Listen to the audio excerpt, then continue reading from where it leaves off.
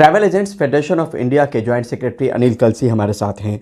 Sir, Ukraine को लेकर जो समस्या गंभीर है एक तरीके से, उसमें कीमतों को लेकर अगर बात करें, पुराने दौर से अब के आकलन को आप देखते हैं तो क्या स्थिति, आपको कीमत कैसे बढ़ी हुई नज़र आ रही है?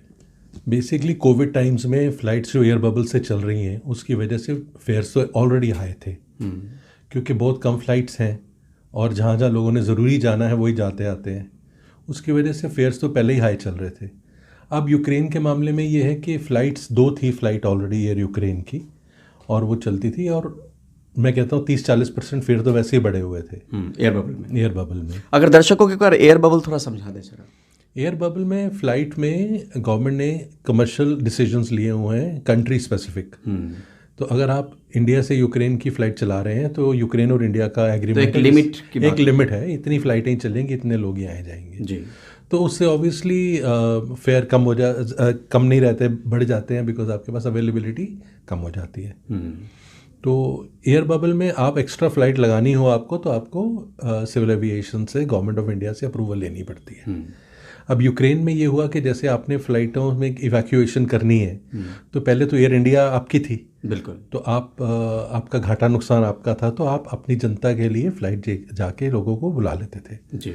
अब क्योंकि एयर इंडिया भी प्राइवेट है तो बाकी प्राइवेट एयरलाइंस हैं या फॉरेन एयरलाइंस हैं जो वहाँ पर सर्विस कर रही हैं, उनको आपने रिक्वेस्ट करनी है कि आप अलाउ करना है कि वो फ़्लाइट ला सकें। हाँ, रिक्वेस्ट भी किया और छूट भी दे दी। हाँ। तो वो बहुत जल्दी छूट मिली, ये अच्छा हुआ। लेकिन जो रशिया ने एकदम कह दिया कि हम लोगों को अपने आर्मी को वापस ले जा रहे हैं, उस वजह से इतना इंटरेस्ट कम हो गया लोगों में इंडिया आने का कि कोई कह रहा था कि मैं 2-3 हफ्ते के लिए आऊँ तो मेरा इतना पैसा लग जाए, क्योंकि ना करते भी फ़्लाइट्स काफ़ी एक्सपेंसिव ही हो गई थी, लोगों को बहुत ज़्यादा पैसा देना पड़ रहा था। तो ये अब इंसान को डिसीजन लेना पड़ता है कि मैं इतना पैसा लगाऊँ अपने आप को सिक्योर करने के लिए या नहीं लगाऊँ। हाँ। तो अभी जो है, मतलब जो फ़्लाइट अभी दिख रही थी अब तक जो एयर बबल में था, वो कितनी फ़्लाइट्स आती थी और इंडिया जो ऑपरेट करती थी? तो कीव दिल्ली की वीकली 2 नॉन स्टॉप फ्लाइट्स थी, नॉर्मली वही यूज़ हो रही थी। एयर बबल में ये भी रिस्ट्रिक्शन है कि आप नॉन स्टॉप पे ही जाओगे जी। तो उस वजह से ये हमारे 20,000 हिंदुस्तानी हैं यूक्रेन में, मोस्टली स्टूडेंट्स हैं, कुछ लोग बिजनेस भी करते हैं तो उनके लिए ज़रूरी है। अब मेरा ख्याल ये है कि स्टूडेंट्स के लिए पेरेंट्स को ज़्यादा एंग्जाइटी होती है, या जिनके फैमिलीज़ हैं कि वाइफ और चिल्ड्रन को वापस भेज दें, उनका मेरे ख्याल इंडिया आना इस टाइम ज़रूरी है, और वो कुछ भी दे के आ रहे हैं। तो उसमें अब फ़्लाइट भी 2 फ्लाइट जो आती थी वीकली, उसको भी अब 1 कर दिया है, जो सिस्टम दिखा रहा था, आपने देखा भी? हाँ, जो इवैक्यूएशन फ़्लाइट्स हैं वो कई बार हमारे सिस्टम पे आती नहीं है, ट्रैवल एजेंट्स के थ्रू सेल नहीं होती हैं, कई जगह ये रिस्ट्रिक्शंस होती हैं। तो वो तो जो इवैक्यू ही हैं वो इंडियन हाई कमीशन, एम्बेसी के थ्रू ही आ रहे होंगे। जो नॉर्मल कमर्शियल एविएशन वाली फ़्लाइट्स थी 2, अभी आज सुबह मैं देख रहा हूँ तो 1 ही आ रही है, संडे की फ़्लाइट 1 ही है जी। मतलब 21 को, 20 को और फिर 20 को वहाँ से आ रही है और 21 को वापस जा रही है, सिमिलरली नेक्स्ट वीकेंड।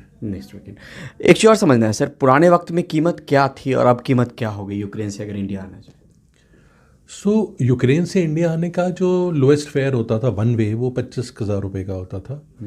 आज की कंडीशन में अगर आप टिकट खरीदोगे तो 50-55 के रेंज में आएगी। तो इसका मतलब 100% इंक्रीज तो होता है। और अभी 78,000 के आसपास भी दिखा रहे हैं। ये रिटर्न फेयर है। हाँ, रिटर्न की फेयर अगर आप करें तो अबाउट 78,000 रुपीज़ कॉस्ट है आने जाने की। यानी पुराने वक्त से समझ लीजिए रिटर्न फेयर भी करें तो अबाउट 30-35% इंक्रीज है ही है। तो इस बीच में टेंशन की वजह से ही वो सारी चीज़ें हुई होंगी, अगर कीमत इस तरह टेंशन में तो ये बिल्कुल ही फुल हो जाती है। अगर ये लगे कि अब मतलब इट्स द लास्ट फ्लाइट और this is the only way for you to go, तो ये तो 1 लाख में भी आदमी आ जाएगा।